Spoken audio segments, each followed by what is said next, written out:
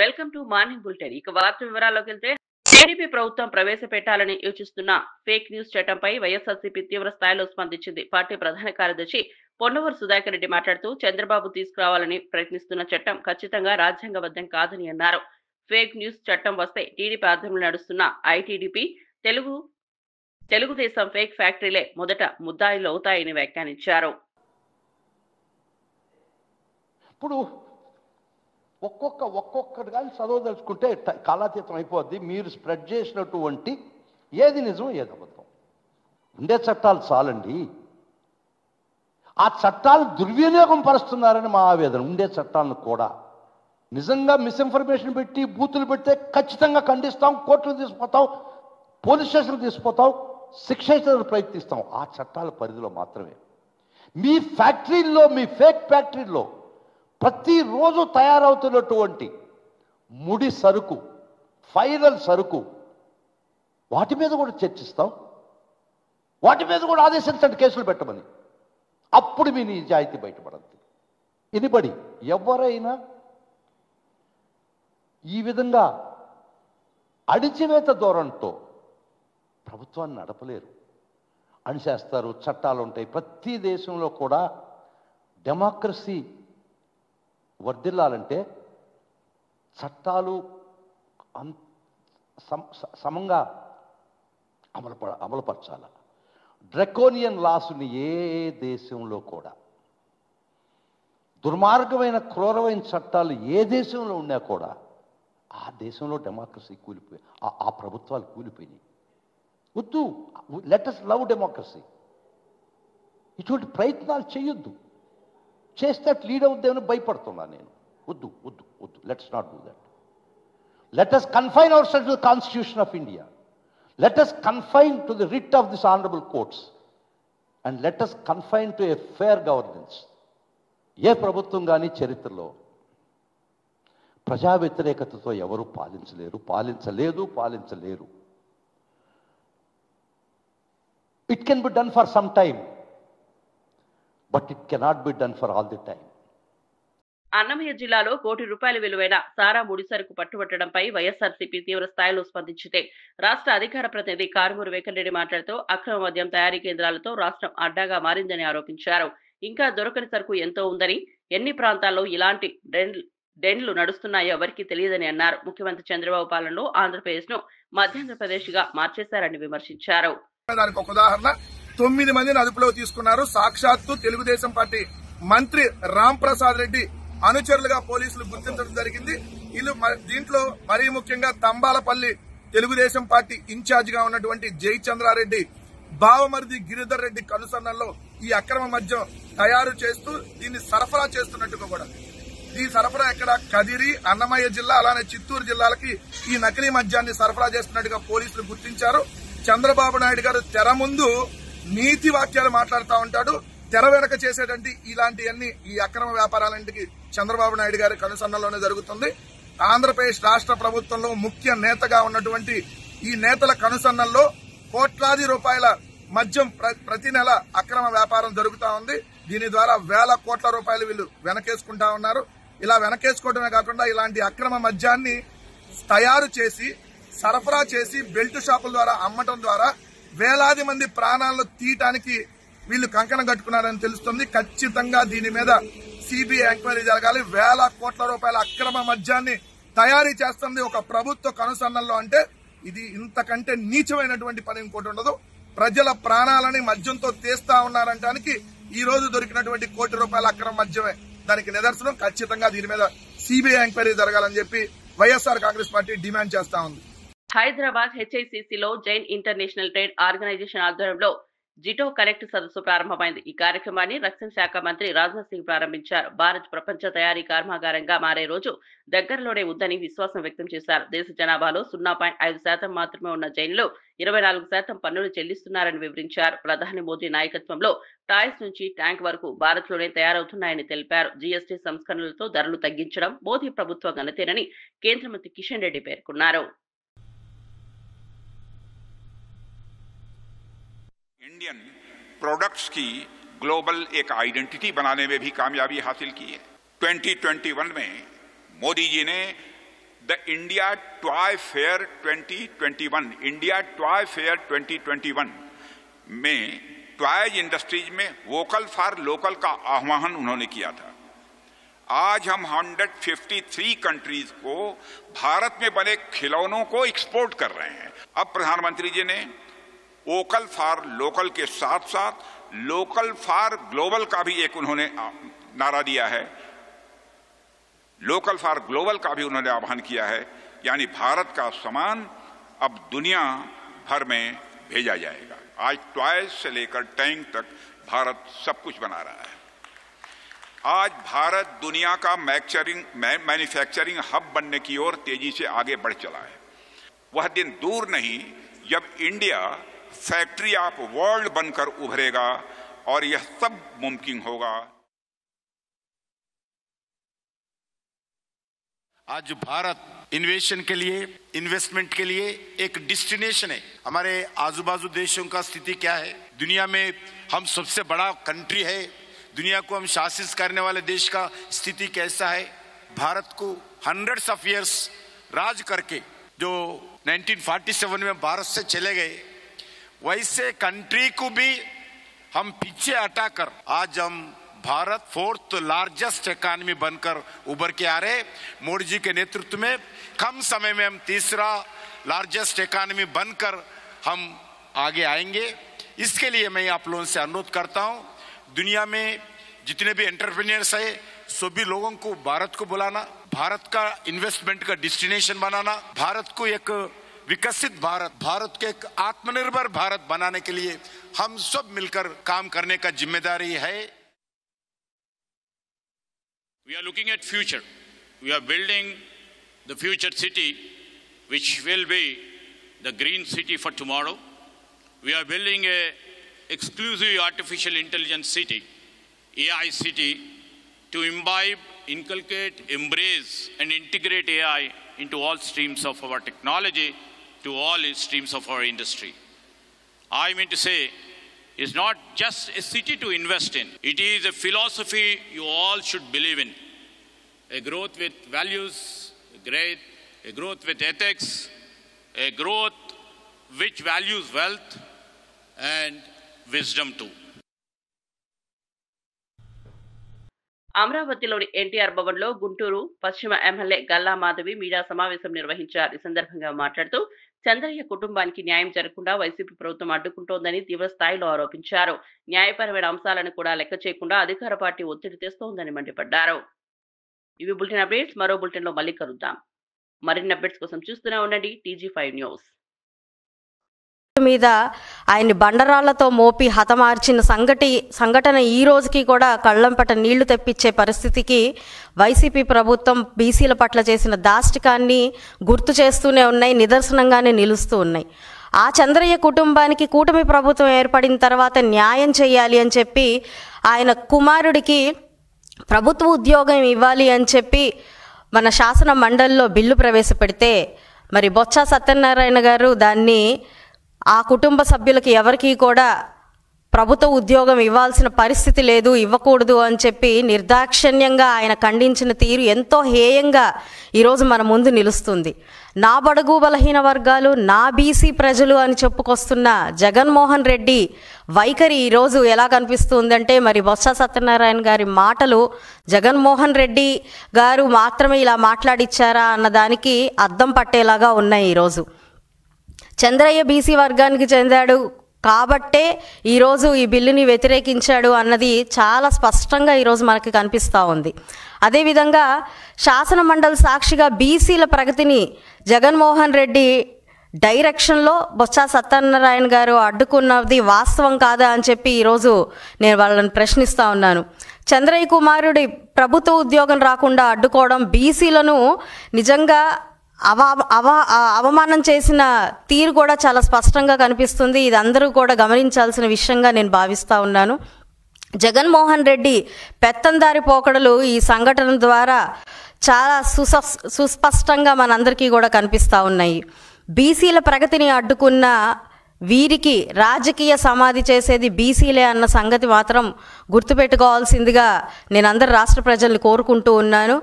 ఆనాటి నుంచి ఈనాటికి వరకు కూడా బీసీల పైన జరుగుతున్న దాష్టికాలకి వైసీపీ అంతా ఇంత కాకుండా ప్రవర్తించే తీరు నిజంగా యావత్ రాష్ట్ర ప్రజలందరూ కూడా చూస్తూ ఉన్నారు.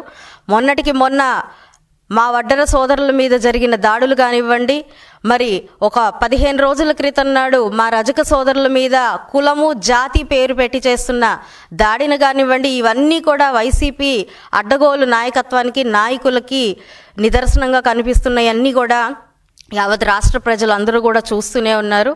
11 సీట్లు కాదు కదా, రానున్న రోజుల్లో ఒక్క సీటుకు కూడా వీరు అర్హులు కాదు అన్నది యావత్ రాష్ట్ర ప్రజలందరికీ కూడా చాలా స్పష్టంగా తెలుస్తున్న విషయం. ఈరోజు ఇంచర్ల ఎంఆర్ గార్డెన్ లో వెంకటాపూర్ మండల కాంగ్రెస్ పార్టీ కార్యకర్తల సమావేశం ఘనంగా జరిగింది. ఈ కార్యక్రమానికి ముఖ్య అతిథిగా హాజరైన రాష్ట్ర పంచాయతీరాజ్ గ్రామీణాభివృద్ధి స్త్రీ శిశు సంక్షేమ శాఖ మంత్రి డాక్టర్ దనసరి అనసూయ సీతక్క ప్రసంగించారు. ఎన్నికలను దృష్టిలో ఉంచుకుని కాంగ్రెస్ పార్టీ శ్రేణులు గ్రామాల్లో ప్రజలకు చేరువ కావాలని ఆమె పిలుపునిచ్చారు. సీఎం రేవంత్ రెడ్డి నాయకత్వంలో ప్రభుత్వం ఇప్పటికే అమలు చేస్తున్న సంక్షేమ పథకాలను ప్రజల్లోకి విస్తృతంగా తీసుకెళ్లాల్సిన బాధ్యత కార్యకర్తలదేనన్నారు. బీఆర్ఎస్ నేతలు 10 ఏళ్లలో రాష్ట్ర ఆర్థిక పాలన వ్యవస్థలను దెబ్బతీశారని, వాటిని ప్రజాప్రభుత్వం సరిదిద్దుతోందని పేర్కొన్నారు. నేను కూడా ఒక 6 నెలలు ట్రై చేసిన సిన్సియర్గా ఏటు నాగారం ఒకటి, ములుగును ఒకటి, ఎందుకంటే ములుగు కింద 4 మండలాలు, ఏటు నాగారం కింద 4 మండలాలు చేసి మరి చేద్దామని మేము కూడా అటు కన్నాయగూడెం, ఏటు నాగారం, మంగపేట, తాడ్వాయి అటు వేసి గోవిందరాపేట, ములుగు, వెంకటాపురము, మల్లంపల్లి ఈ 4 మండలాలు ఇట్లా 2 మార్కెట్లు చేద్దాము, ఇద్దరికి కూడా అవకాశాలు వస్తాయని మరి మేము ఎంతో కృషి చేసినాం. 6 నెలల దాకా తిరిగి లాస్ట్కి అది ఇంకా అయితలేదన్నప్పుడు లాస్ట్లో మళ్ళా సరే ఇప్పుడు దాకా ఖాళీగా ఎవరికి పదవులు ఇచ్చడం అయితలేదు, కొంతమందినన్నా కంప్లీట్ చేద్దామని ఆ రోజు కళ్యాణి కూడా మనకు అప్పటిదాకా ఒక ఆమెకు మనం జిల్లా అధ్యక్షురాలు ఇచ్చినాం, మంగపేట ఆమెకు. 4 రోజులు ఎలక్షన్ అనగానే పార్టీ మారిపోయింది. అప్పుడు ఆ టైంలో వాస్తవానికి వీళ్ళు కళ్యాణి కూడా లేడీస్ని పట్టుకొని అన్ని మండలాల్లో మనం ఎక్కడ ప్రచారం చేస్తే మనం ముందు పోయి మనం వెనుకొస్తున్నామంటే వాళ్ళు ఆడవాళ్ళంతా ఇక్కడ నుంచి మన వెంకటాపురం నుంచి కూడా జవహర్ నగర్ నుంచి ఇక్కడ నుంచి కూడా వచ్చి తిరిగిరు మనోళ్ళందరూ. అట్లా బొట్టు పెట్టుకుంటా తిరిగిర్రు, గతంలో కూడా ఉన్నారు. సరే ఎస్టీగా అవకాశం ఉంది, పీసా యాక్ట్ కింద కూడా వస్తుందని మరి ఆమెకి ఇవ్వడం జరిగింది. లేదా నానే వైస్ చైర్మన్ కూడా టోటల్ కమిటీ అంతా కూడా ఎస్టీ కోట కిందనే గత 2 టర్ములుగా నిర్ణయించడం జరిగింది. ప్రహ్లాద్ అప్పుడు కానీ గోవింద్ నాయక్ అప్పుడు కానీ మనం 2 చేద్దాం అనుకున్నప్పుడు కాలేదు. కాబట్టి ఆ పరిస్థితులలో మరి నాయకపోడు నుంచి కూడా ఒక తెగను ఎంకరేజ్ చేయాలని మనం సారంగం తీసుకొచ్చి ఆయన ఊహించలే, అడగలే, మనోళ్ళు కూడా ఎవరు అడగలే. క్యాస్ట్ ఈక్వేషన్లల్లో మరి ఎంతసేపు కోయళ్ళు లంబడోళ్ళు వీళ్ళకే పోతున్నాయి అనేది నాయకపోళ్ళ దాంట్లో కూడా ఉంది. సో వాళ్ళని కూడా ముందు తీసుకురాలి ఒక అవకాశం వచ్చిందని ఆయనకు కూడా మనం వైస్ చైర్మన్ ఇవ్వడం జరిగింది. ఎప్పుడూ కూడా సామాజిక న్యాయం అనేది కంపల్సరీ పాటిస్తాం, అందులో కష్టపడ్డ వాళ్ళను అసలే విస్మరించాం. రాష్ట్రంలో ఆటో క్యాబ్ డ్రైవర్ల కోసం కూటమి ప్రభుత్వం మరో కొత్త సంక్షేమ పథకానికి శ్రీకారం చుట్టింది. ఈ పథకాన్ని ముఖ్యమంత్రి చంద్రబాబు నాయుడు అధికారికంగా ప్రారంభించనున్నారు. ఆటో క్యాబ్ డ్రైవర్లకు సంవత్సరానికి 15,000 ఆర్థిక సాయం అందించనున్నారు. ఈ పథకం ద్వారా డ్రైవర్ల కుటుంబాలకు ఆర్థిక భరోసా కలుగుతుందని ప్రభుత్వం భావిస్తోంది. ప్రారంభోత్సవ సభకు ఉప ముఖ్యమంత్రి, విద్యాశాఖ మంత్రి, బీజేపీ రాష్ట్ర అధ్యక్షుడు హాజరు కానున్నారు. ఏదైతే స్త్రీ శక్తి పథకం ద్వారా మహిళలకి ఉచిత బస్సు సౌకర్యం ఏదైతే కల్పించామో ఇప్పటికే 10 కోట్ల మంది మహిళలు ఈ పథకాన్ని వినియోగించుకోవటం, మహిళలందరూ కూడా ఈ పథకాన్ని చాలా సంతోషంగా ఆమోదించి పథకాన్ని వినియోగించుకుంటూ మనం కూడా చూస్తున్నాం. సో దీని మూలంగా ఆటో డ్రైవర్స్కి, ఆటో నడిపే వాళ్ళందరికీ కూడా కొన్ని ఇబ్బందులు తలెత్తుతున్నాయి. కొంతమంది ఆటో డ్రైవర్లు, క్యాబ్ డ్రైవర్స్ వీళ్ళందరూ కూడా ముఖ్యమంత్రి గారికి రిప్రజెంటేషన్ చేయడం ద్వారా ముఖ్యమంత్రి గారు ఆటో రిక్షా వాళ్ళకి, డ్రైవర్స్కి, మోటార్ క్యాబ్ డ్రైవర్స్కి, మ్యాక్సీ క్యాబ్ డ్రైవర్స్కి 15,000 రూపాయల ఆర్థిక సాయం అందించడానికి జారీ చేయబడిన ఉత్తర్వులని మంత్రి మండలి ఆమోదించిందని చెప్పేసి మనం చేస్తాను. 4వ తారీఖున ఈ కార్యక్రమాన్ని పెద్ద ఎత్తున రాష్ట్ర వ్యాప్తంగా ప్రారంభించడం జరగబోతోంది. ప్రతి జిల్లాలో కూడా దాదాపు 2,90,669 మంది క్యాబ్ డ్రైవర్స్ కానీ, ఆటో డ్రైవర్స్ కానీ ఈ పథకం ద్వారా లబ్ధి పొందుతారని చెప్పేసి మనం చేస్తాను.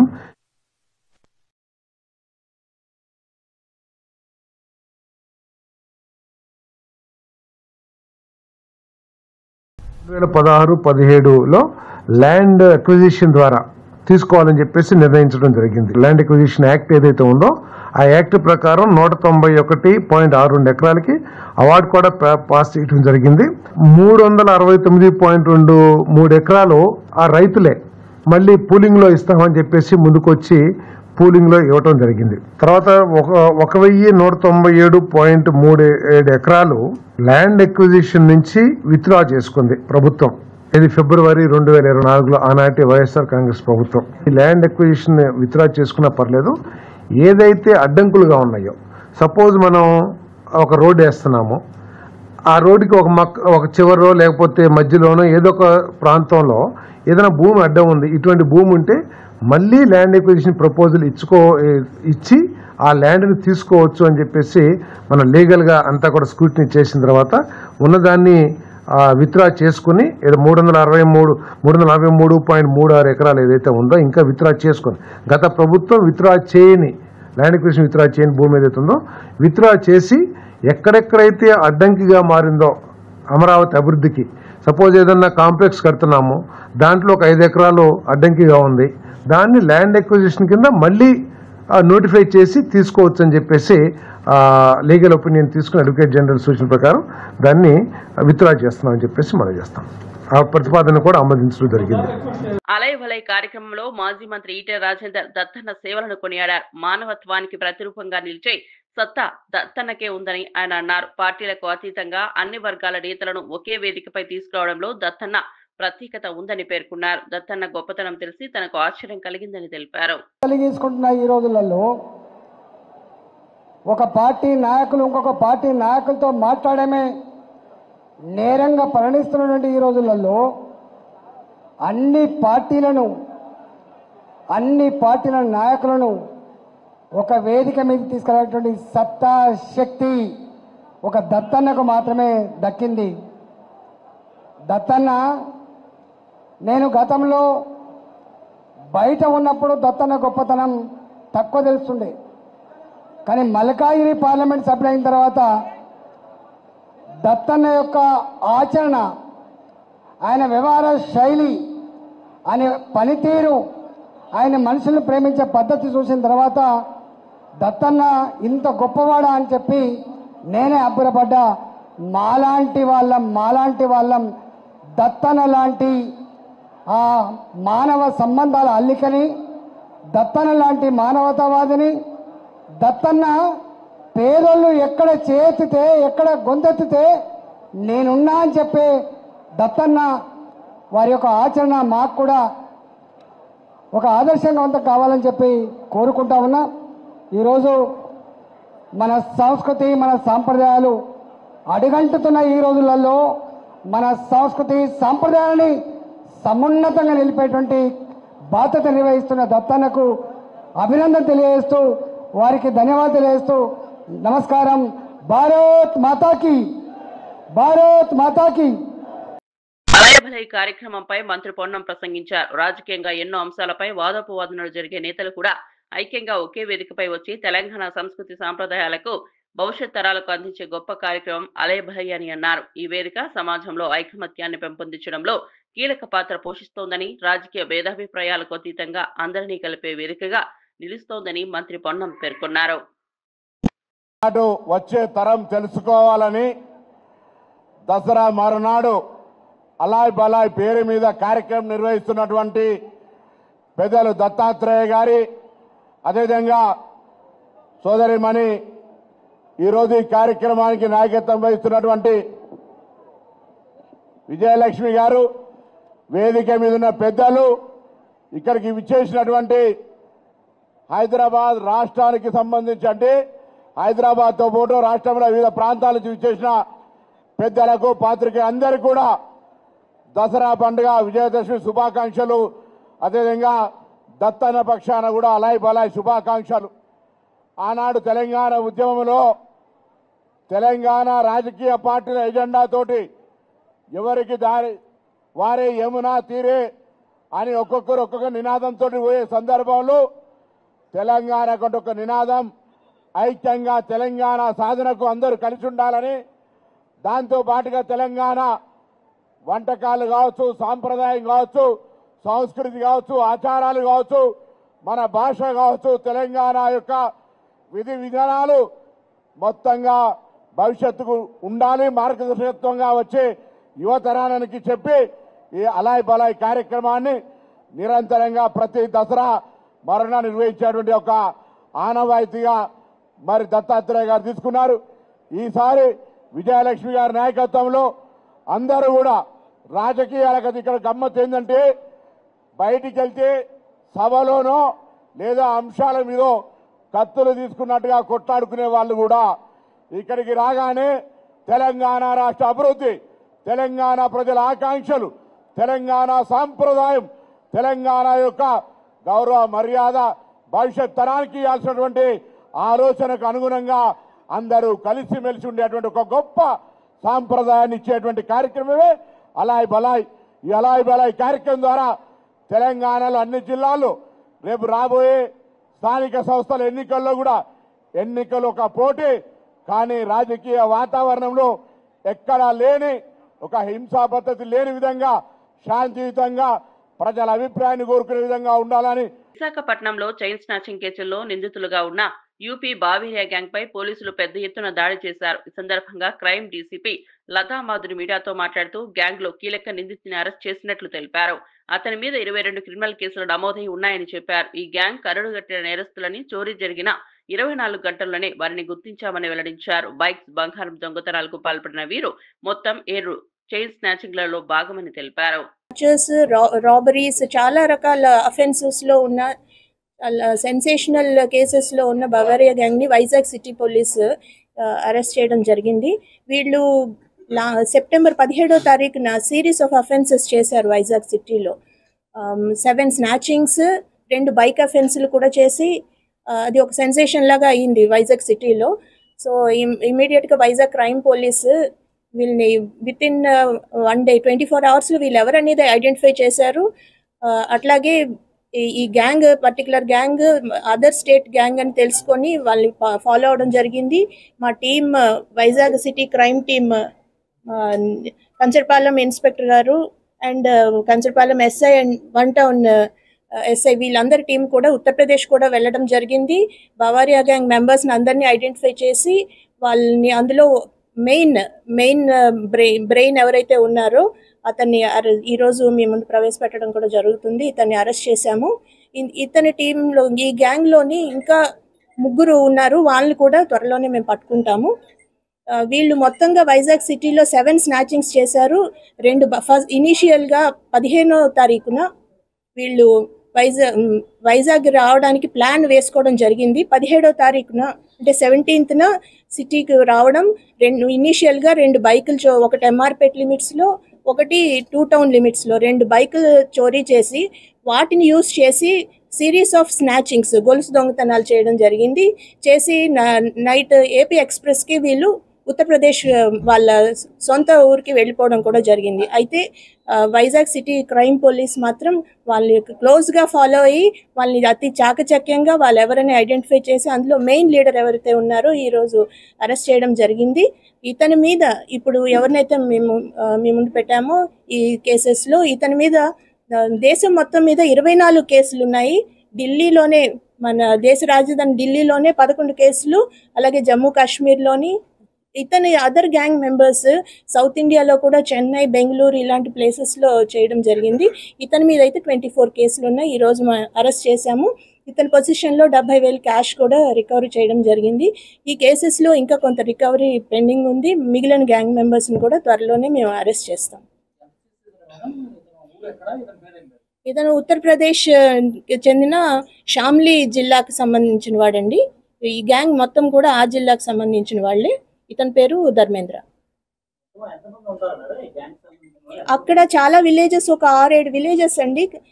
ఇట్లాంటి మొత్తం దేశం మీద వెళ్ళిపోతారు. రాబరీస్, హౌస్ బ్రేకింగ్స్, స్నాచింగ్స్ ఇలాంటి రకరకాలు వాళ్ళు చేయని ప్రాపర్టీ అఫెన్స్ అయితే లేదు. కొన్ని విలేజెసే ఇలాగ బవేరియా గ్యాంగ్తో నిండిపోయి ఉన్నాయి. మనం వెళ్తే అక్కడ వాళ్ళని క్యాచ్ చేయడం కూడా చాలా కష్టం. బట్ క్రైమ్ టీమ్ చాలా బాగా, అక్కడ మనకి యూపీ పోలీస్ కూడా బాగా హెల్ప్ చేశారు, ఇన్ఫర్మేషన్ ఇవన్నీ కూడా. మనం ఫైనల్గా ఇక్కడ ఒక నీట్ గా ప్లాన్ చేసి ఇతన్ని పట్టుకోవడం జరిగింది. ఆపరేషన్ సింధూర్పై భారత వాయుసేన చీఫ్ ఏపీ సింగ్ సంచలన వ్యాఖ్యలు చేశారు. ఈ ఆపరేషన్ సమయంలో కేంద్ర ప్రభుత్వం తమకు పూర్తి స్వేచ్ఛనిచ్చిందని తెలిపారు. కేంద్రం సహకారంతో శత్రు స్థావరాలపై విజయవంతమైన దాడులు చేపట్టామని చెప్పారు.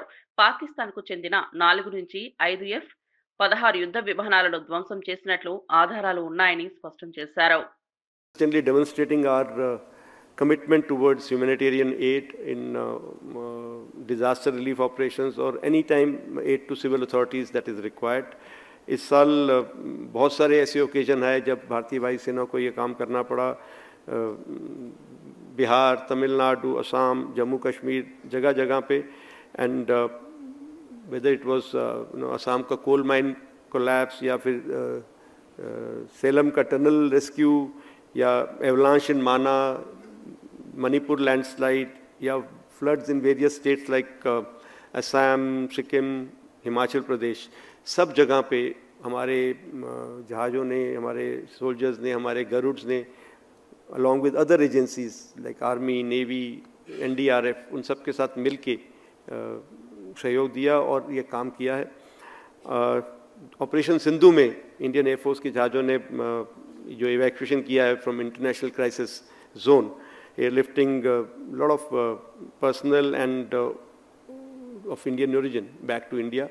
Also during various international crises like Myanmar, Laos, Vietnam, Kenya, वहाँ पे भी हमारे एयरक्राफ्ट, हमारे पर्सनल या तो मटेरियल लेके गए हैं या बाकी रिलीफ ऑपरेशंस वाले इक्विपमेंट लेके गए हैं या NDRF की टीम्स को डिप्लॉय कराया गया है. So the compassion, speed and reliability